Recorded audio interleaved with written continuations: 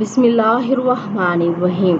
رسول اللہ صلی اللہ علیہ وآلہ وسلم نے فرمایا، جس شخص نے اللہ کے لیے اس شان کے ساتھ حج کیا کہ نہ کوئی فحش بات ہوئی اور نہ ہی کوئی گناہ ہوا، تو وہ اس دن کی طرح واپس ہوگا جیسے اس کی ماں نے اسے جنا تھا، یعنی گناہوں سے بالکل پاک ہو جائے گا۔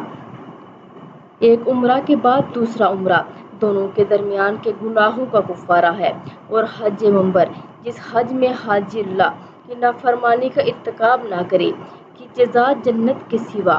کچھ اور نہیں ہے۔ حج اور عمرہ مسلسل کرتے رہو، یقیناً یہ فقر اور گناہوں کو اس طرح زائل کر دیتے ہیں جس طرح آگ کی بھٹی لوہے، سونے اور چاندی کے میل کچیل کو ضائع کر دیتی ہے، اور حج مبرور کا ثواب تو جنت سے کم نہیں ہے۔